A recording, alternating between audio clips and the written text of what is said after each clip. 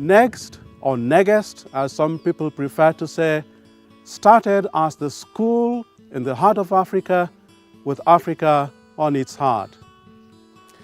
But the legacy of Next would lie not so much in numbers, but in its ethos. Over the years, Next would develop an ethos of Christian excellence, quality, and integrity. In 2011, the Commission for Higher Education recognized the quality and excellence of the university. And so on 4th of March, President Mwai Kibaki awarded Next the charter, and Next officially became Africa International University.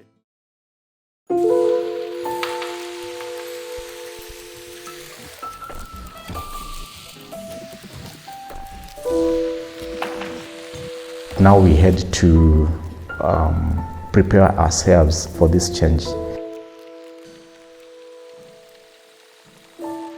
Before, we were having mature students then, married students, with their spouses and their children here.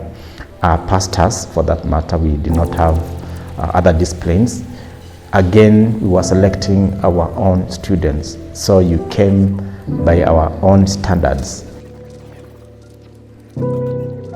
Now here we are coming to a situation where we have no that free hand to pick our students. Students will be sent to us.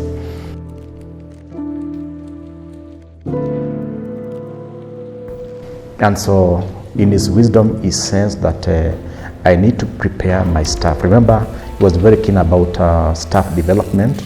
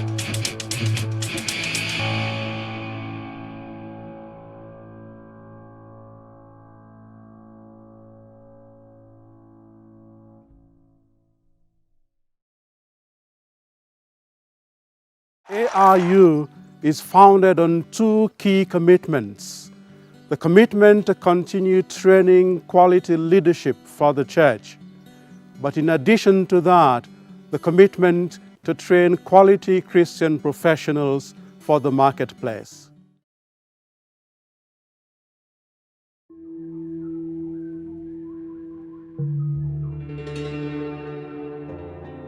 They used to have a program that was coming midweek called the hostels. And this was something just depicting the normal life of a student in campus. The hostel. The hostel. You're looking hot, woman. Where have you been hiding this video? And so he played, and some of the scenes were kind of, we don't want to see those things, your pastors and the like. Then he said, now, I played this intentionally because what you are seeing is what you are going to live with very soon. This is the reality, that we are not going to have a free hand of selecting our students. We are going to get all kinds of students, those who would want to fill the life of campus as they know it in their worldview, and therefore we need to prepare ourselves. I think that was very important at that time because it awakened us that we are no longer in the past. We are being faced with a future that we need to prepare ourselves to transit from a culture that we are used to and prepare to another culture that we need to protect what we know, is a Christian university, but still be able to accommodate and embrace other students who are coming, who are not necessarily the kind of students we are used to have. The feeling was, this is going to affect the theological aspect of the institution. And we brought people, institutions where they started as Christian, but they didn't continue as Christian. They have become very secular. And those who started that, but they are still, even though they became university, they are still thriving as a Christian institution.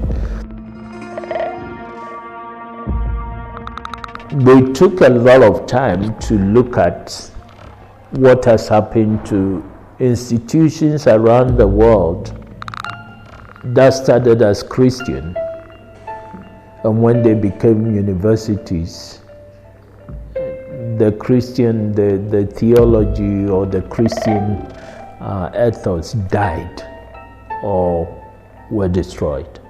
And so we were concerned. We didn't want that to happen to us. So we spent a lot of time talking about this. How can we maintain our Christian essence so that when we become a university and start doing these non-theological courses, we won't lose the purpose for our existence. And we learn a lot from them. We learned the failures and the successes, and so we were able to make an informed decision what we want to do, and we got good advice. And I think that was very important for us to start now working on policies, on a student, working on student handbooks and policies around the student welfare and how students will be managed.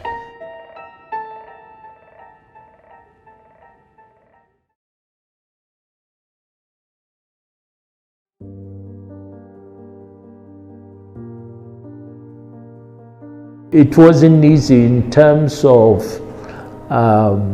bringing alongside some of the partners that we had who were supporting us when we were a theological institution. And the fear was that they weren't sure whether we are going to survive. Next is going to survive.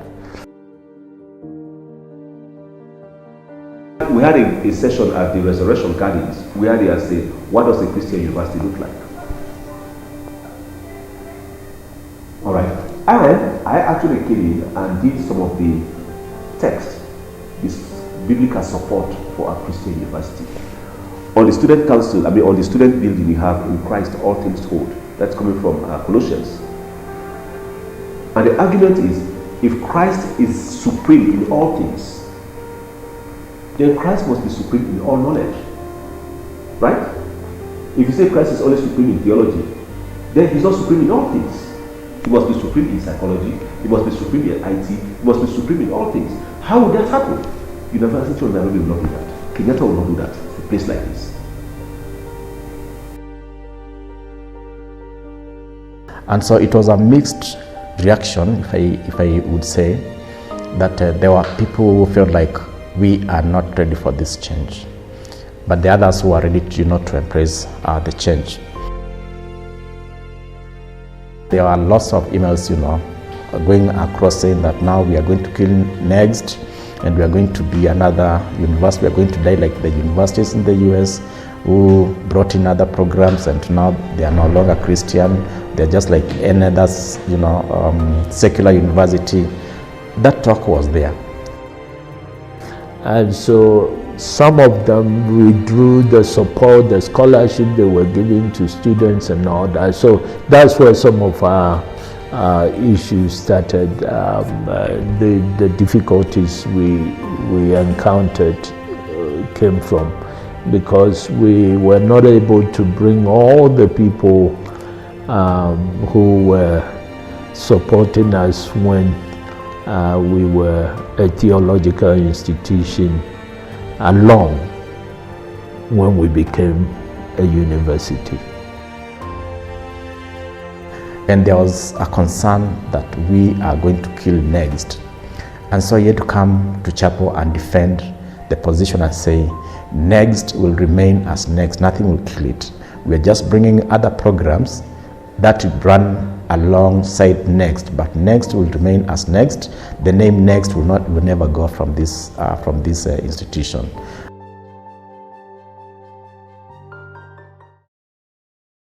Professor Jusu who called me early morning, I think it was on a Saturday, and the first thing he asked me is that, are you sitting or are you standing?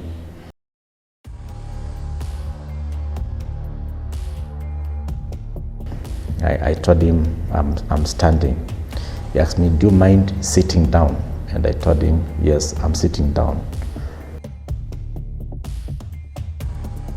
He told me, are you in a position to receive bad news? Now that was not my normal conversation with Jusu, and I told him, okay, I'll try. What is it?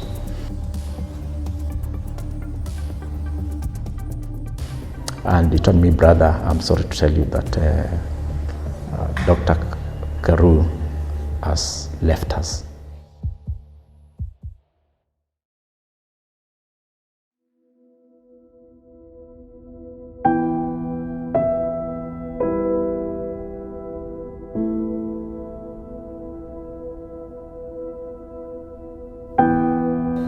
Now, this was a shock, and I'll tell you why.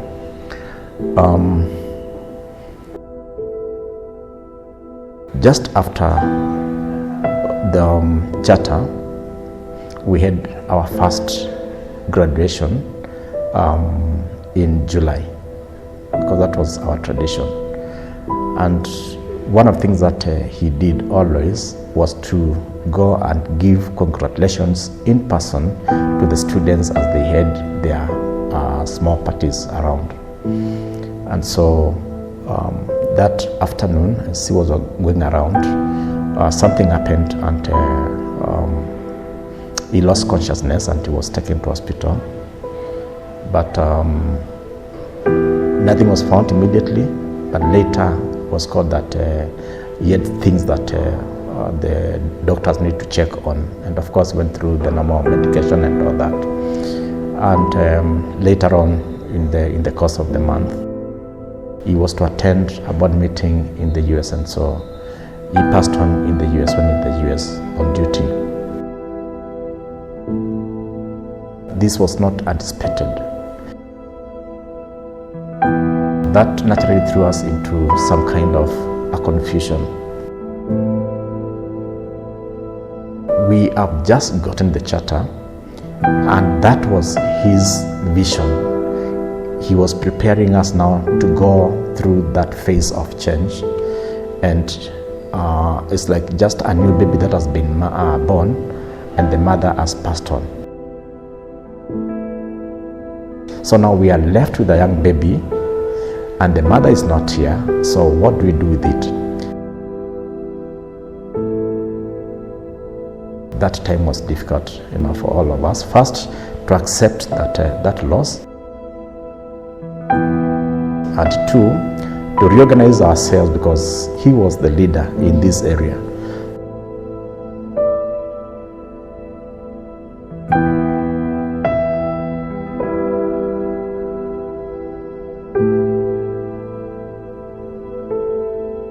So we had to find a way of reorganizing ourselves so that we can carry on with his vision. So when he left, because the Lord had taken him, then Katia, Samuel Katia, acted for a short while.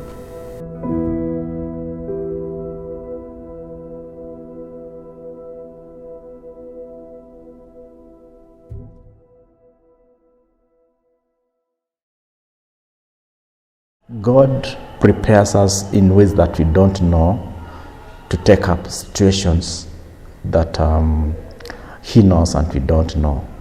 And so this happened when Professor Nasuma had come from Kabarak University, and he came to head the ISA, which is a school within AIU.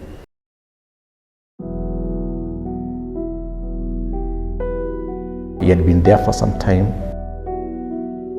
We went in to now look for somebody who would now be the VC. With the experience of Professor Nasuma and his capabilities, having been in the public universities, he was best suited to take up that position. I came in as a professor of statistics and director of ISA. Those are the two things I came in to deal with. When I came in 2012, the institution was going through a transition, was moving from Negest to AIU. One of the things that I realized is, having taught in two different universities before, I realized something was missing. The system and culture of a theological school was very evident, and that's very different from the system and culture of a university. It was very difficult to see how we are going to translate this institution to a university setting. And that is what the VC had asked me to come and help deal with, that transition. How do we move from a theological college culture to a university culture in all aspects? It comes in at a point where there's expansion in terms of programs. There's expansion in terms of staff, because we had to hire staff to take up positions for the many programs that were coming up. And so his time in office at that time was to make sure that what had been started was sustained.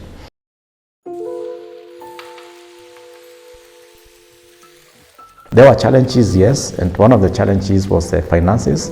Now remember, we were just a small theological college which had few students, and now we are a fully fledged university that required more staff, more faculty, more resources. That in itself was a problem, because in that kind of situation, Dr. Karu had passed away, and now I'm coming in. There's basically no handing over, and so you have to find your way around the system to be able to know what to do. His passing away came at a time when there was a lot of tension between the administration and students on various issues. And before I really go to understand what they were, he passed away.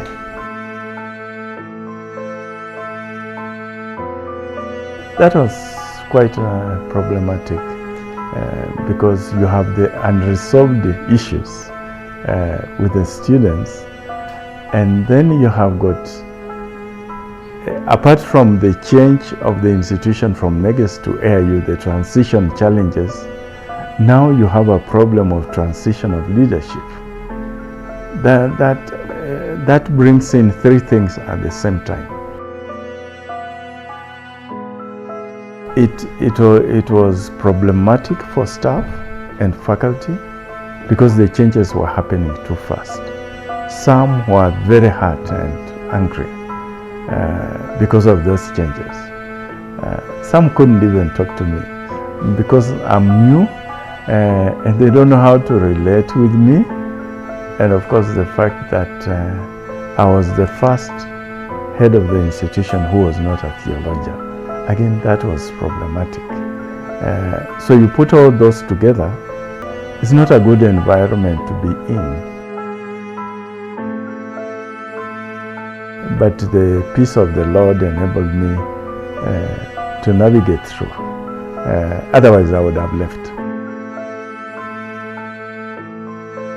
It required a lot of patience because of a different culture. I'm coming from a different culture. It takes a lot of patience to navigate through that and understanding of what people on the ground are going through. You know, they are processing the changes in their minds, and that's not easy. For them, it was not easy for me, it was not easy for them. So we are in the same quagmire looking at things from different sides. Theological students, the majority of them were pastors and bishops and so on. So for them to be able to know how to mix and blend with the other students, some of whom are believers, others are not necessarily believers, that was problematic. I think a lot of Christians, we spiritualize ourselves and our environment so that anybody who doesn't fit within that, we treat them with suspicion. And that's what you could see. It was a theological institution getting merged into a bigger institution that is the university. It creates insecurity. The first feeling is the institution that we are getting into is going to make us less spiritual. And the second thing is that the Christian dimension may die because of this expansion, and the expansion creates space for non-theologians to get into that space, and that space could grow much bigger than the theological school. And once that happens, then the theological school dies. That was the fear, which is a real fear, is a very genuine fear, because you don't know, you know what is happening, but you don't know what will happen in the future.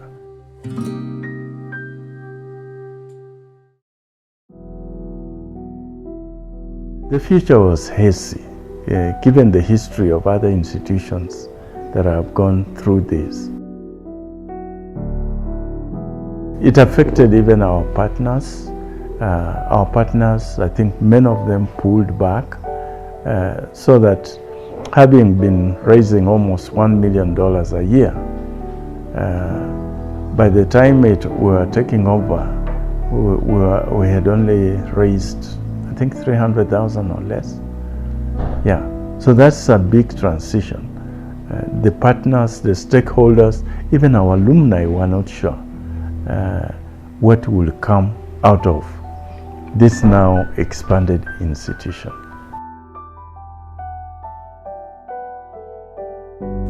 So our donors, their foundation, the foundation of our donors, their objective was to train, to help or support pastors who are going to go back to their churches, and Christian leaders who would go back to teaching theological colleges and some in a Christian organization. And that's why the missionaries are still focused on helping only theological studies. And it's not a process that is over. It's still going on 10 years down the line. Finding a way to assure the partners, to assure the stakeholders, to assure our faculty and staff and students and alumni that we are not going, the institution is not going to go where you think it will go, to assure them that we'll still maintain and grow a Christian university. And so if you look at some of the steps we have taken, when students come here, We don't mince word and tell them this is a Christian institution. Now, we won't force you to become a Christian, but we will want you to live and actually conform to the Christian ethos.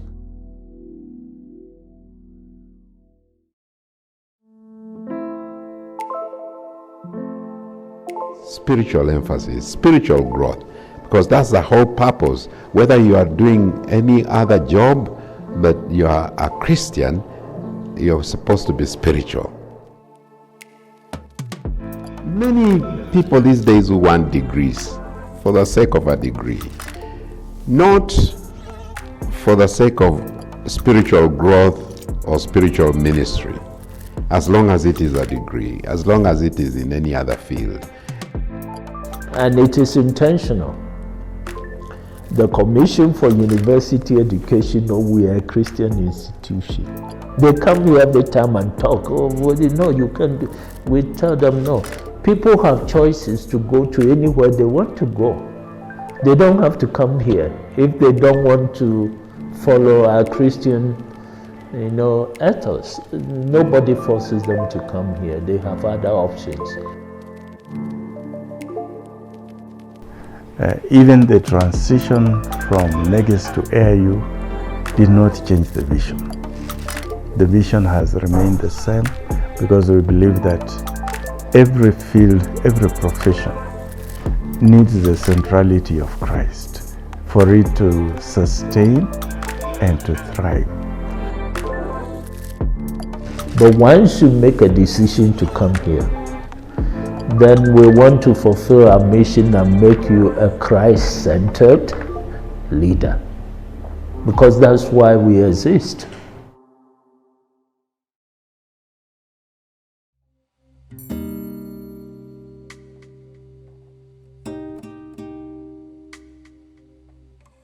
I can speak about AIU products.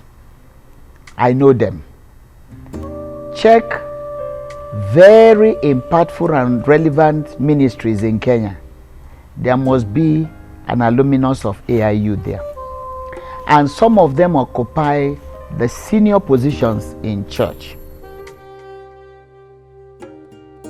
I can tell you of the fact that Christianity in Kenya has been what it is because of graduates from NEX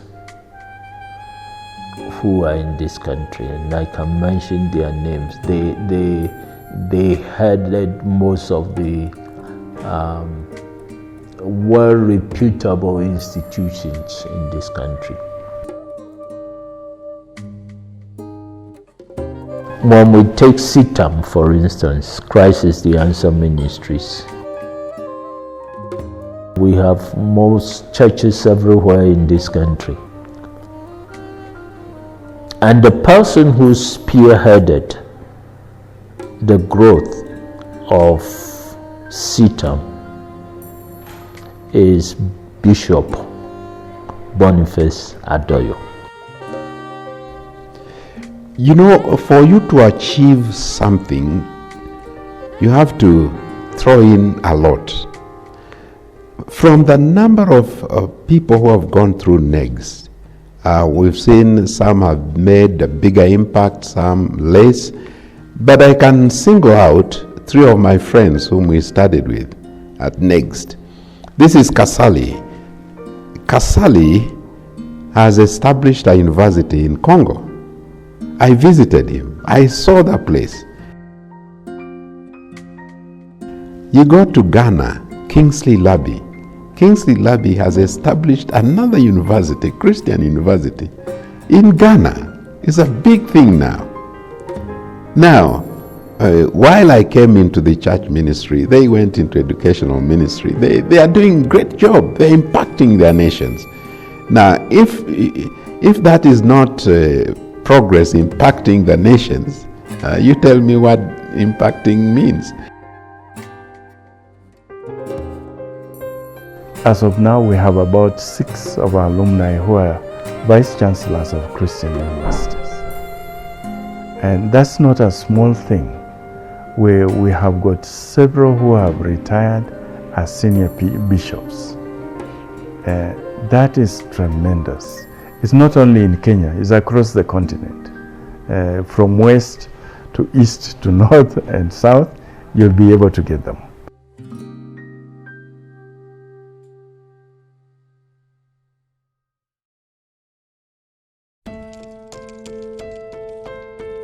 AIU helped me a lot to shape my theological belief.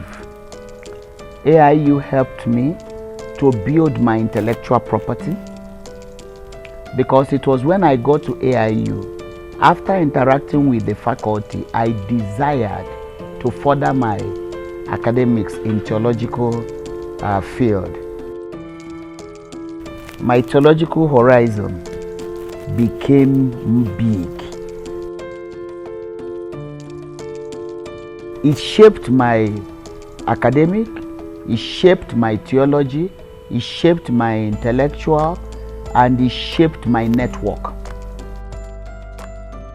It was a holistic impact that it had on me as a person.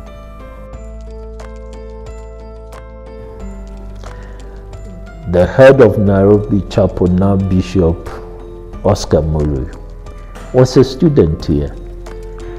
He was trained. He was ahead of me with Dr. Douglas Keru. They were classmates. Look at Nairobi Chapel, the influence they have had in this country.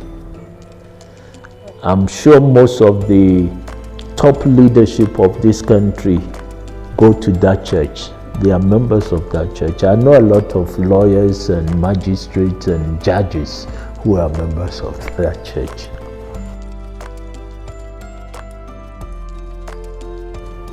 NCCK.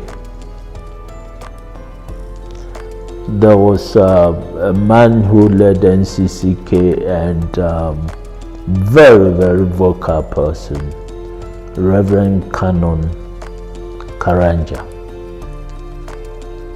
We were students here together. Outside of this country, in my own country, Ghana, most of my colleagues who were trained here are either vice chancellors of universities or they are head of their denominations. And so the impact is huge, the legacy is huge. It's only God who will reveal this to us when we get to heaven. But I can tell you, this institution, it's not just in Africa. I know some of our students are bishops in Western countries. That has been our vision as an institution. That out of here we'll continue to raise such a people to take the space of leadership in organizations around the world.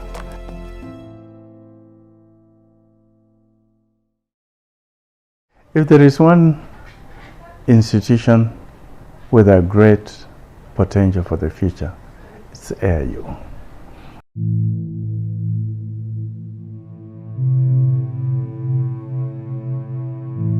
One of the things that we're working on is to raise funds so that we can have a school of health sciences and have a school of law and have a school of informatics, because we are in an era of technology and the gospel is going to go out through technology. So if we have a school of computing sciences and informatics, we'll take care of the space of technology, whether it is media or whether it is the IT. We'll take care of that space for the sake of the gospel. We'll take care of the space, the legal space, for the sake of the gospel, because lawyers have a lot of influence on the area of governance, on the area of justice in society, and on the whole realm of leadership. They have a lot of leeway and they influence society. And if we can train people who are centered on Christ to influence that space, then we thank God we'll be doing something. And so similarly, the health sciences, you'll be dealing with the physical ailments as well as the spiritual. Is one of the most tremendous avenues to reach people when they are at their lowest, that you can reach them with the gospel. And that's our hope, that as we develop these three arms, our influence will diversify and grow, and the ministry of the gospel will increase, and we'll be able to bring transformations in a wider area of society than what we have done so far. This school has come to stay, and this school will take the lead, and this school is a generational legacy. And we are ready to pay the price to see this university take its rightful position in the global market.